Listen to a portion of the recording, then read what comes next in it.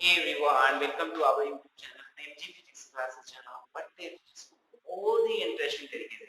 आज का जो हमारा टॉपिक है इसमें हम पढ़ेंगे चैप्टर नंबर 9, इसमें हम force and laws of motion के बारे में पढ़ेंगे। तो force and laws of motion के अंदर जो हम टॉपिक आज कवर करने वाले हैं उसमें सबसे पहले हम जानेंगे फोर्स किसे कहते हैं, बैलेंस फोर्स क्या होता है, अनबैलेंस फोर्स क्या होता है, उसके बाद हम पढ़ेंगे इनर्शिया किसे कहते हैं, then we will study for the first law of motion and then last moment। Okay, एक एक करके सारे टॉपिक्स क्रिस्टल क्लियर एनालिसिस के साथ पढ़ेंगे। तो सबसे पहले हम समझते हैं फोर्स किसे कहते हैं। फोर्स क्या होता है ये देखिए। फोर्स आपको बचपन में पढ़ा होगा, किसी ऑब्जेक्ट को पुश करते हैं या पुल करते हैं। पुश और pull on an object is known as force. किसी ऑब्जेक्ट पे जैसे बॉल हमने पुश किया तो ये क्या है, फोर्स है। इसको खींचू तो ये क्या कर रहा है, तो ये जो है इसको क्या कहते हैं हम, फोर्स। फोर्स का आप 9th में आ गए तो थोड़ा सा एडवांस लेवल का डेफिनेशन याद रखिए। तो force is a physical quantity which change the state of uniform motion.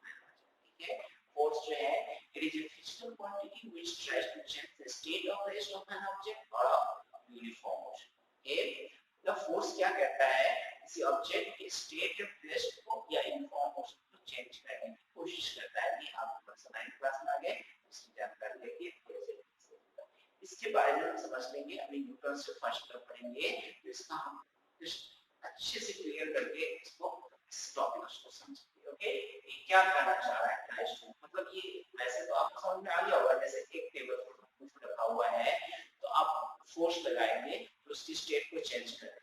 ठीक है, वो क्या हो जाएगा, मोशन में आ जाएगा। लेकिन ये दीवार है और इसको कितना भी फोर्स लगाए, इस दीवार को कितना भी धक्का दे तो ये क्या करेगा, मोशन नहीं करेगा। तो ये ट्राइज तो कर रहा है चेंज, स्टेट को चेंज करने की, चेंज नहीं हो पा रहा है, एक अलग बात है, लेकिन ट्राई तो कर रहा है, कोशिश तो कर रहा है। उसके बाद में पढ़ेंगे दो तरह के फोर्स होते हैं, balance force and unbalance force. ठीक है, तो बैलेंस फोर्स क्या होता है, अगर मान लीजिए किसी ऑब्जेक्ट पर लगने वाली सारे फोर्स की वजह से उसका स्टेट ऑफ रेस्ट और यूनिफॉर्म मोशन चेंज नहीं होता उस ऑब्जेक्ट पर, तो ऐसे फोर्स को क्या कहते हैं, बैलेंस फोर्स कहते हैं। If the resultant of all the forces are zero then the forces are known as balance force. जैसे मान लीजिए कुछ है, एक टेबल पड़ा हुआ है और उसको आप फोर्स लगा रहे हैं इधर से 5 न्यूटन का, ये इधर से 5 न्यूटन का फोर्स लगा रहा है। ओके, ऊपर ही फोर्स लगेगा कुछ इस कांटेक्ट की वजह से, उसको कहते हैं रिएक्शन फोर्स, जो कांटेक्ट की वजह से, और इसके नीचे इसके वेट फोर्स। अब ये सारे फोर्सेस लग रहे हैं, टेबल पर रखा हुआ है, तो ये सारे फोर्स क्या कहलाएंगे, बैलेंस फोर्स कहलाएंगे। मतलब बैलेंस फोर्स ऐसा फोर्स है इसकी वजह से वो मोशन नहीं ला पाता है, ऑब्जेक्ट के अंदर क्या होता है, मोशन नहीं ला पाता है, तो इसको क्या कहते हैं, balance. A body under the action of balance force does not change its position of rest or of uniformness, and it appears as no force is acting on it। मतलब एक बैलेंस फोर्स ना तो rest की situation को change कर पाता है, ना यूनिफॉर्म मोशन की सिचुएशन को चेंज कर पाता है, और ऐसा अपीयर होता है कि ब्लॉक क्या है, तो रेस्ट में या फिर मोशन में। मतलब इसका कोई फोर्स से ये पता चलता है कि किसी तरह का कोई चेंज नहीं आता है। ठीक है, ऐसा होता है कि मालूम पड़ता है कि नो फोर्स एक्टिंग होता है। ओके, तो ये पॉइंट है। अब नेक्स्ट पॉइंट है, जो balance forces can not produce motion in stationary body और stop a moving body, they can forward change the shape of the body. Balance force can not produce motion, motion produce नहीं कर सकता किसी stationery body में, लेकिन उसके shape को और stop a moving body, they can always change the shape of the body. ना तो उसको मोशन दे सकता है, ना उसको स्टॉप कर सकता है किसी ब्लॉक को, लेकिन वो उसके शेप को चेंज कर सकता है। जैसे एग्जांपल के रूप में by squeezing of rubber ball और balloon we change the shape of the rubber ball के शेप को हम क्या करते हैं, चेंज कर देते हैं। अब देखो यहाँ पर ना लॉ बहुत बड़ा कि जब तक फोर्स को बैलेंस कर पाएगा तब तो रबर बॉल क्या होता है, वो उस शेप में रहेगा, ऐसा तुमको लग रहा होगा। देखो हम फोर्स किसकी बात कर रहे हैं, एक्सटर्नल फोर्स, रबर द्वारा लगने वाले फोर्स की नहीं, उस ब्लॉक पर जो फोर्स लग रहा है उसकी बात कर रहे हैं। ब्लॉक किस पर लगा रहा है उसकी बात नहीं हो रही है, ठीक है। इसको समझ लेते हैं। जैसे मान लीजिए ये बॉल है और ये बॉल है, ये क्या है, सब्जी, ठीक है। अब इसको हमने एक्सटर्नल फोर्स लगाया, तो एक्सटर्नल फोर्स जैसे ही लगाएंगे तो ये क्या होता है, ये इस तरह से है, ठीक है। ये जैसे ही आप एक्सटर्नल फोर्स लगाएंगे तो इसका शेप क्या हो जाएगा, बदल जाएगा, चेंज हो जाएगा। तो शेप जो चेंज हो जाता है, बदल जाता है, ये जब तक ये बॉल इसको बैलेंस कर रहा था तब तक तो ये था, अब इसको बैलेंस नहीं कर पा रहा है, इसका शेप चेंज हो गया। लेकिन ऐसे फोर्स नहीं, यहाँ पर जो फोर्स मिल रहा है नीचे से वो अभी नहीं मिल रहा, इसके कारण इसमें मोशन थोड़ी हो रहा है। या इधर से कोई फोर्स लगे, मान लीजिए इस ब्लॉक पर, तो ये और है, ठीक है। लेकिन इधर मोशन तो क्या हो रहा है, रेस्ट में तो है, रेस्ट नहीं है, यूनिफॉर्म मोशन में है, यूनिफॉर्म मोशन नहीं। मतलब क्या है कि उस ब्लॉक के बॉडी के फोर्स का कोई मतलब नहीं है, एक्सटर्नल जो फोर्स लग रहा है उसकी बात करते हैं, ठीक है। जैसे हम कभी कभी क्रिकेट खेलते रहते हैं, आपस में बच्चों के बीच लड़ाई हो जाती है, लड़ाई, तो वो जब रिलेटिव आते हैं आपसे पूछते हैं, आपको जब देखते हैं हॉस्पिटल में लड़ाई होती है तो पिटाई होती है, दोनों पीटते हैं एक दूसरे को, तो वो आप पर कितना फोर्स लगा है या आप पर कितना चोट लगा है उसको देखते हैं, दूसरे पर कितना लगा है उसको नहीं देखते। वैसे केस रहा है, यहाँ पर एक्सटर्नल फोर्स की बात हो रही है, इंटरनल ब्लॉक की फोर्स लगाएगा उसकी बात नहीं हो रही है, ठीक है। बच्चों बैलेंस फोर्स की बात हम लोग पढ़ेंगे, अनबैलेंस फोर्स। अनबैलेंस फोर्स क्या है, देखिए एक ऐसा फोर्स जो किसी ऑब्जेक्ट पर लग करके उसके स्टेट ऑफ रेस्ट या यूनिफॉर्म मोशन को क्या करता है, चेंज करता है, ठीक है। जो नहीं चेंज करता उसको बैलेंस करता है, जो चेंज करता है उसको क्या कहते हैं, अनबैलेंस फोर्स, ठीक है। तो if the resultant of all the forces acting on the body is not zero, the forces are called unbalanced force, तब उसको हम क्या कहते हैं, unbalanced force। Unbalanced forces can move a stationary body, ये क्या कर सकता है, स्टेशनरी बॉडी को मूव करा सकता है, और they can stop the moving body. और unbalanced forces acting on a body can change its speed और डायरेक्शन ऑफ द मोशन।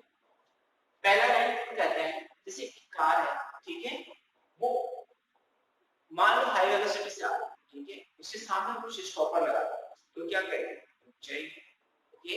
या साइकिल है, हमारा फ्रेंड साइकिल चला रहा है, पीछे से उसको खींचो तो क्या करेगा, जाएगा। तो ये बॉडी वो अनबैलेंस फोर्सेस तो है, और they can stop moving body, moving body को स्टॉप करके स्टेशनरी बॉडी को क्या कर सकता है, मूव करा सकता है। जैसे टेबल पर एक ब्लॉक रखा हुआ है, उसको आप फोर्स लगाइएगा तो क्या करेगा, ब्लॉक मूव करना चालू करेगा, okay. Unbalanced force acting on a body can change its speed, unbalanced force क्या कर सकता है, उसकी स्पीड को चेंज कर सकता है, कम है तो ज्यादा कर सकता है, ज्यादा है तो कम कर सकता है। जैसे साइकिल से कोई चला रहा है आपका फ्रेंड, आप उसको क्या करिए, और फोर्स लगा दीजिए तो वो और ज्यादा वेलोसिटी से आगे मूव कर जाएगा।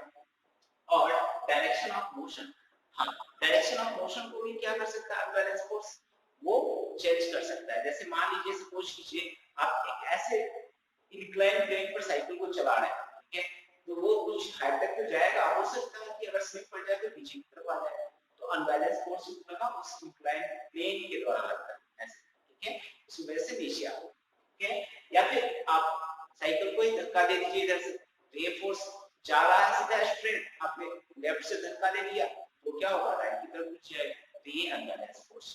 अब देखिए एग्जांपल हमने दिया है अनबैलेंस फोर्स का, ये कार है, इस कार में आपको जब आगे की तरफ पुश करते हैं, धक्का देता है इंसान, ठीक है, तो वो आगे तो मूव करता है, लेकिन फोर्स ऑफ फ्रिक्शन की वजह से पीछे भी इधर की तरफ भी फोर्स लगता है। फोर्स ऑफ रिएक्शन है, मैंने बताया कोई भी सरफेस पर नेट रहता है रिएक्शन फोर्स लगता है, और नीचे क्या लगता है, ग्रेविटी फोर्स लगता है, इसको एम बोलते हैं। ये ग्रेविटी फोर्स आपको पढ़ना है, ग्रेविटेशन, तो अभी के लिए फिलहाल के समझिए ग्रेविटी फोर्स, ठीक है।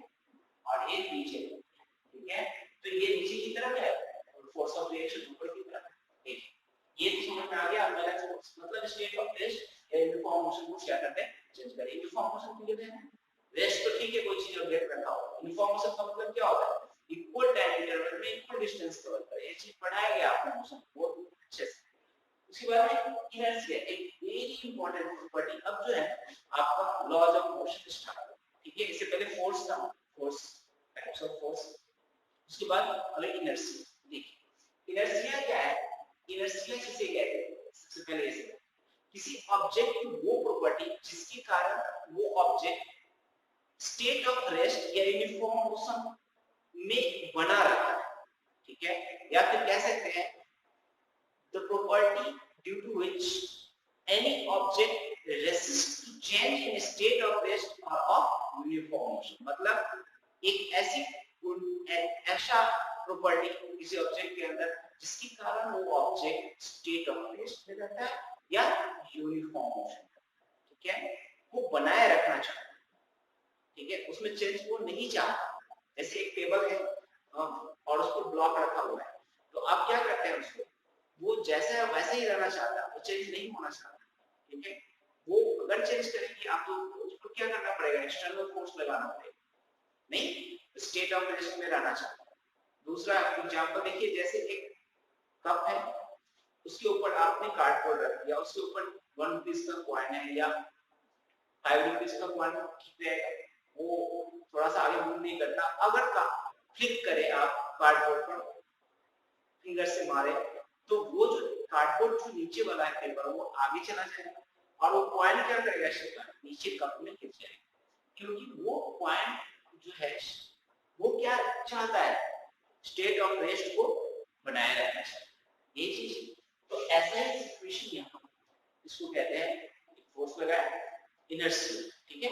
अब इनर्शिया अगर मान लीजिए उसमें छोटा सा मास का रहता है, 1 रुपए का, मैंने 5 रुपए का दाम लिया, 1 रुपए का रहता तो क्या होता, जैसे क्लिक करते तो वो कार्डबोर्ड जो है या पेपर जो है उसके साथ वो भी मूव कर जाता है। मतलब कहने का इनर्शिया जो है किस पर डिपेंड करता है, मास। तो यहाँ पर एक इंपॉर्टेंट पॉइंट जो लिखना है वो क्या लिखना है, इनर्शिया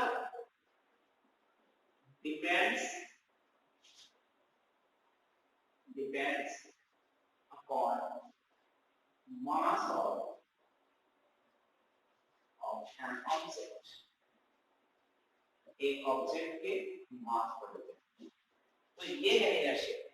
अच्छा, इनर्शिया के टाइप्स कितने होंगे, टाइप्स ऑफ इनर्शिया क्या होते हैं, तो inertia of rest, inertia of motion and inertia of direction, ये 3 तरह के टाइप्स ऑफ इनर्शिया जो होते हैं वो 3 तरह के, inertia of rest, inertia of motion and inertia of direction, ठीक है। इसके एक एक करके डेफिनेशन पढ़ने में समझ लेते हैं थोड़ा सा एक बार, इनर्शिया ऑफ रेस्ट क्या कहता है, ये तो क्लियर हो गया। इनर्शिया क्या है, inertia is the property of the object in which resist any change in state of rest और इनर्शिया ऑफ रेस्ट क्या कहता है, इनर्शिया ऑफ रेस्ट कहता है कि अगर कोई ऑब्जेक्ट रेस्ट में है ना तो वो अपनी प्रॉपर्टी को बनाए रखना चाहता है, वो रेसिस्ट करेगा any change in state of rest, okay. The property due to which an object resist to change in state of rest, so कहते हैं इनर्शिया ऑफ रेस्ट।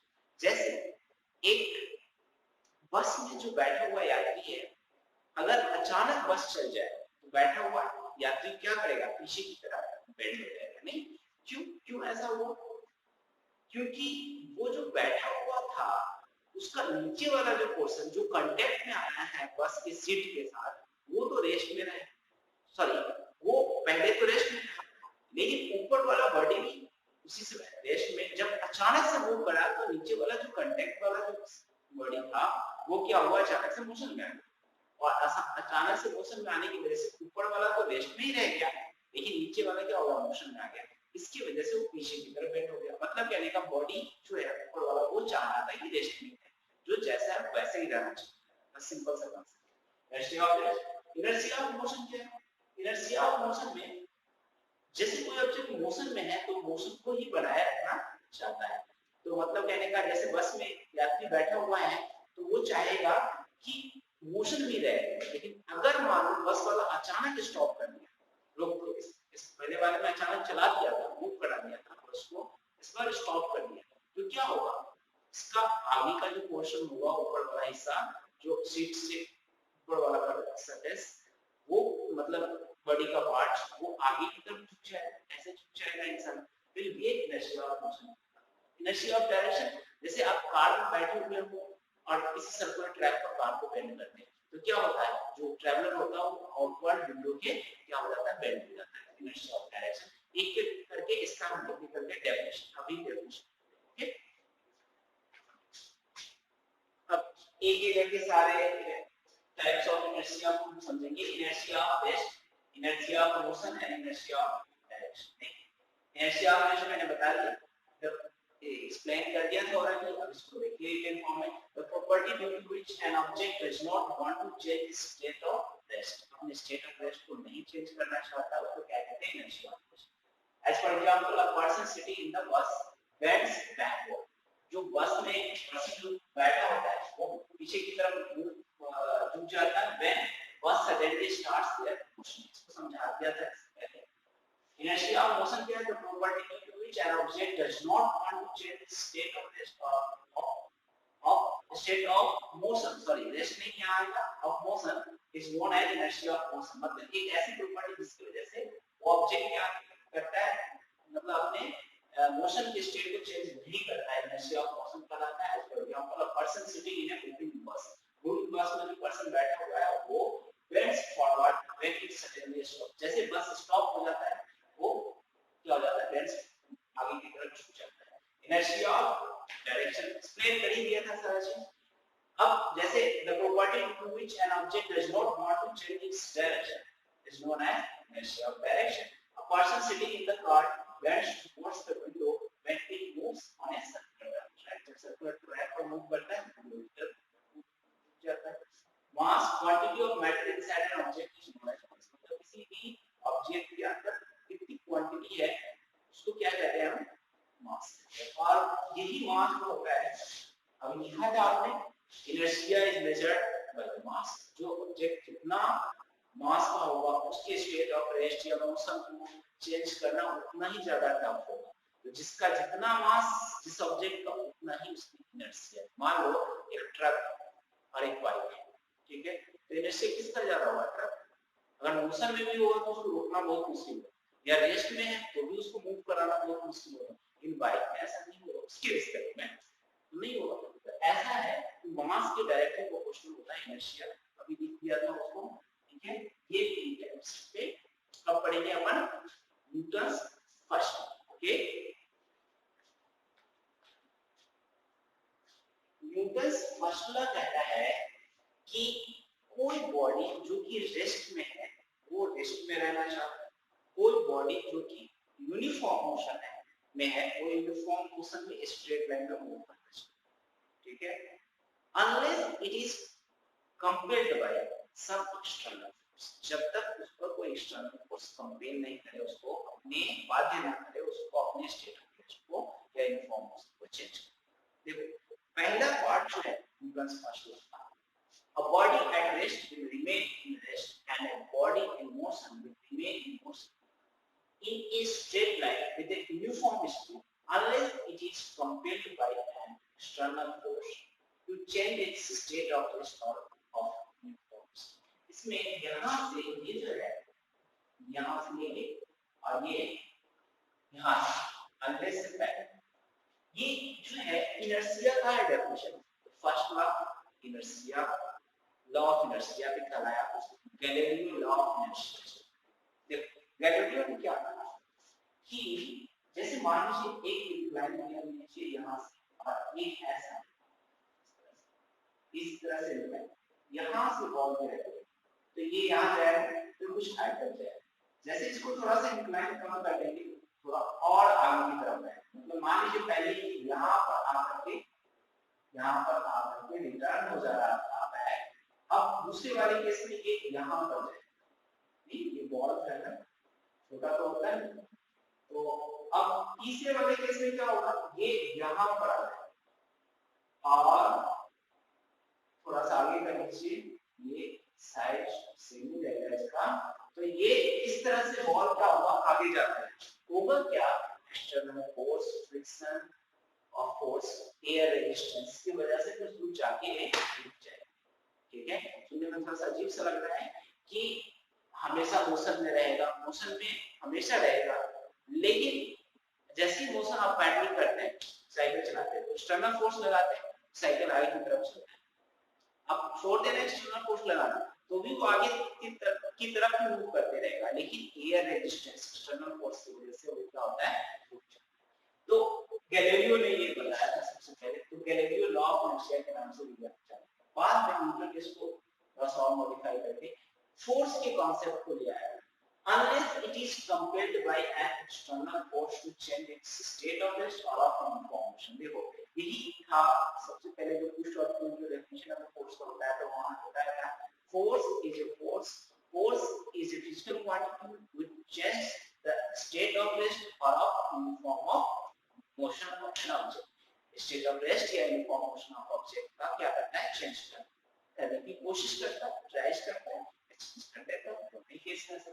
तो ऐसा सिचुएशन होता है। तो ये तो हो गया आपका न्यूटन्स फर्स्ट, ठीक है। इसके एग्जांपल्स हैं। अब जैसे एक ब्रांच ऑफ ट्री है, उसको जब शेक करते हैं ना तो उससे पत्ते गिरते हैं, वैसे तो रेस्ट में है, लेकिन जैसे ही हम फोर्स लगाते हैं एक्सटर्नल, वहां से लीफ क्या होता है, नीचे गिरता है। मैंने हैंगिंग कारपेट विद एक बुक है, कोई टेबल पर प्लेस वो रहेगा वैसे ही, जब तक कोई एक्सटर्नल फोर्स ना लगे उसको। हैंगिंग कारपेट उसको बीट करते हैं तो उससे डस्ट पार्टिकल निकलता है, तो ये भी क्या है, फर्स्ट लॉ का है examples. Okay, Newton's first law gives the definition of force, ठीक है, ये डेफिनेशन फोर्स का देता है। It says that force is something which changes और tends to change state of rest और of motion of the body. ये पहले ही आप पढ़ चुके हैं, ठीक है, तो समझाया भी था, और ये डेफिनेशन जो आया वो यही से न्यूटन्स फर्स्ट।